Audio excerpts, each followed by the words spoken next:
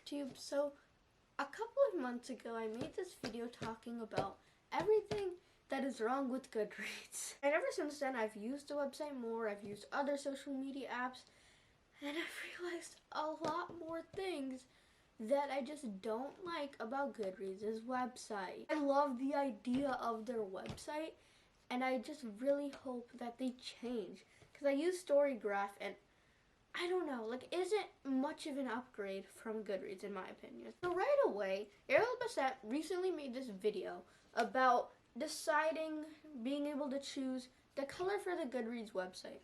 And there were 2 designers, I'm assuming, asking her, what else are they doing? The bookish community has been saying to change the website for a long time. So what are they doing? What are they working on? The layout to the website has not changed in a while. I've watched old videos of Goodreads. It has not changed. So what are they designing? It also has no loading screen. So if you open up Twitter or on desktop or Instagram, it has a nice little loading screen of maybe their logo. Goodreads does not have that. If you just open the website, there's a blank screen and then it just appears.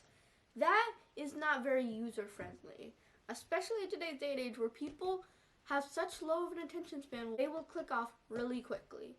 You need a loading screen, Goodreads. The search bar. People always talk about, so say you search Witcher. You don't get The Witcher, a really popular fantasy series. That's what most people refer to when they're talking about the problems and mishaps of the search bar. And that is a really good complaint. It is so annoying how specific we have to be to find some books. Another thing that I just really hate is that you can't find people through the search bar. So on Twitter, you can find hashtags through the search bar. You can find people through the search bar. You can only find books through the Goodreads search bar. If I wanted to find Jesse the Reader, I would have to go to Miss Peregrine's Home for Peculiar Children, because he probably has one of the top reviews there, or just go to his YouTube video, go to the description, click the Goodreads thing, and then friend him that way. The only other way I think that you can do it is say you find the review and you really want to friend them, then you click on their profile. I don't like how you can't search for people that aren't authors. Wait, can you even search for authors? Okay, yeah. But you can't search for users? People?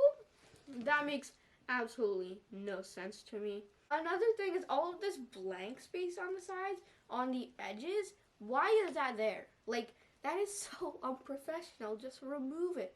You have to actualize the space you have. Makes no sense. You can also only use 420 characters in an update, which I don't know why that restriction is there, because say you are really impassioned, why is there only 420 characters in an update? That makes no sense to me. Also, the page numbers are never, ever accurate. They always account for the acknowledgements or page numbers that count more than just the story inside. How hard would it be to actually find out how many pages the actual story is instead of all of the pages in the entire manuscript? It annoys me because if it says I'm 38% in, I'm really 43% in, because they're just that inaccurate. Also, the website just looks like it's the back end of a site with the small text, the simplistic font. It doesn't look aesthetically pleasing at all. If you look at Twitter, if you look at Instagram, that is aesthetically pleasing. Here you have this really weird fonts. It's not really consistent. Overall, it just does not look good. Also, covers are rectangular. So why in the world in this want to read section are they squares? Do they not want to actualize or realize the dimensions of images? That's so blurry. It's why? Just, you know how covers look. You've used it in the View Challenge. Why would you use squares? Also, sometimes in these recommendations on the right, okay, perfect. Because I'm currently reading the first Warcross book, it's recommending me Cress, the 3rd book in the Lunar Chronicles. I have not read the 2nd book in the Lunar Chronicles, so why are you recommending me the 3rd book? Gemina, the second book in the Illuminate Files. I, unfortunately, have not read the first book in the Illuminate Files. So why are you recommending me the second book? Archivist Sight. I have not read the first book, unfortunately. So why are you recommending me the third book? Renegades. Oh my god. I have not read the first book. So why are you recommending me the second book? Same thing. Why are you recommending me the second book? Okay, finally. Book of the Year, Queen of Nothing. I, unfortunately, have not read the first book. So why are you recommending me the third book? Renegades. Why are you recommending... Oh my god. You guys get the gist. I could keep going. Another problem is, so let's see if there's any comments. Holly wrote, the one thing that really bothered me was view spoiler. We're not going to view that spoiler, obviously. When you reply to a comment, I thought this was pretty obvious, but apparently Goodreads doesn't. You don't rewrite that comment that you're replying to. So do you see how it says, Holly wrote, the one thing that really bothered me was spoilers removed. Why are we rewriting it? We should know that it's a reply. I'm not going to open Twitter, but if you see Twitter, that's not how it does it. That's just so unnecessary, and it just serves my point that the website looks like the back end of a site. Okay, I think that's it. Can you see how I'm going really quickly? Because I have so much that I want to say, and I don't want to waste your time. So now, view challenge, right? First of all, do you guys see that really small edit button? Why is that small? I thought I just clicked view challenge, so why are you telling me to click all again? And why are you repeating that? You say view all here, and then you say view books here. Why?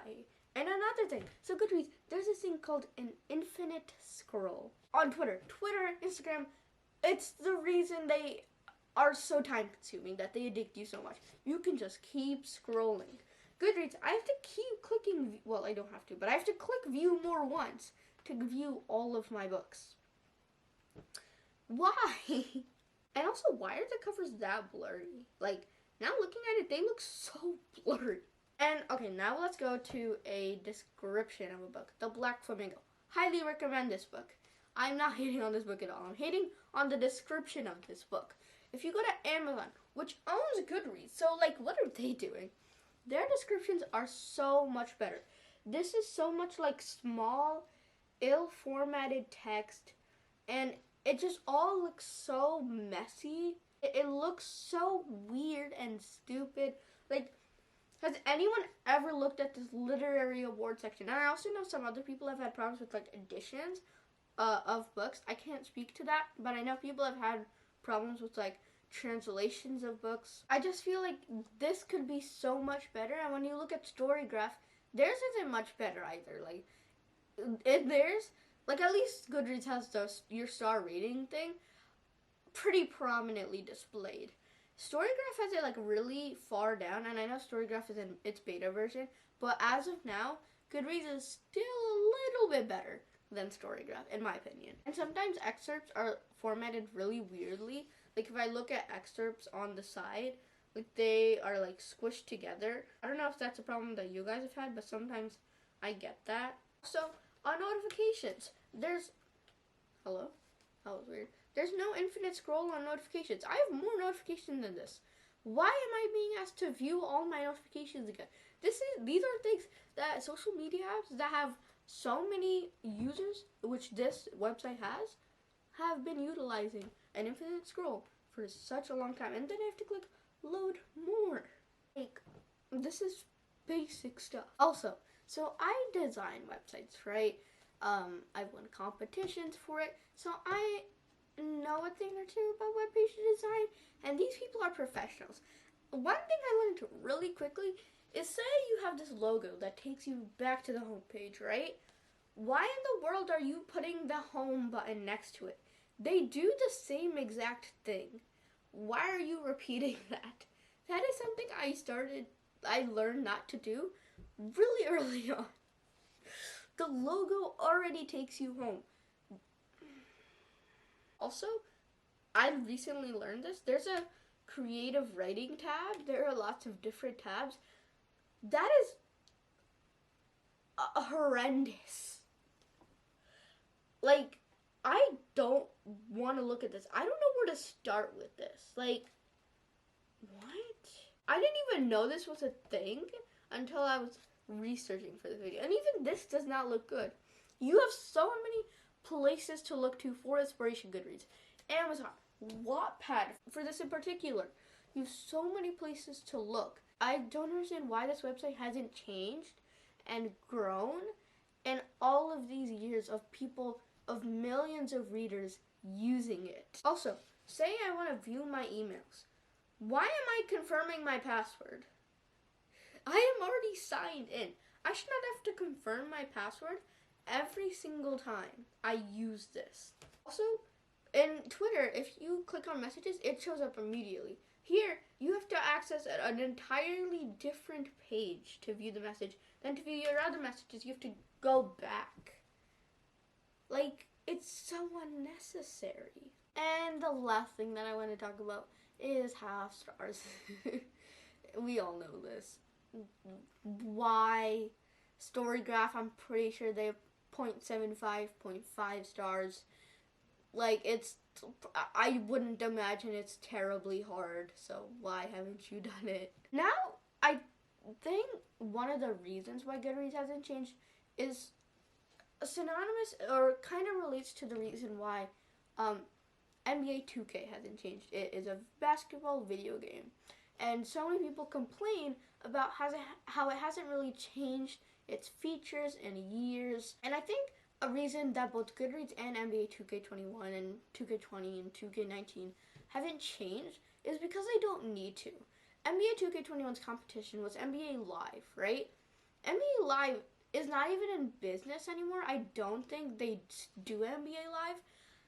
And so NBA 2K21 doesn't have any reason to make good video games because they know if you want to play a basketball video game, there's no one else that does everything that they do. So they don't really need to change anything because they know people are still going to pay $60 no matter what. Same thing with Goodreads. Right now, Goodreads does not have very good competition. Storygraph is not good competition as of now. Like, there just isn't good competition for Goodreads right now. But if you look at like Twitter, Facebook, or Instagram, those are constantly changing. YouTube, they're constantly changing because they do have some competition now and then. All of those really high up social media apps are competing for your attention. Goodreads and 2K21 don't really have that competition that they have to improve upon. Goodreads and 2K21 don't really have that competition that fuels them to change. At least that's what I think the reasoning is as for why Goodreads just hasn't changed as a website.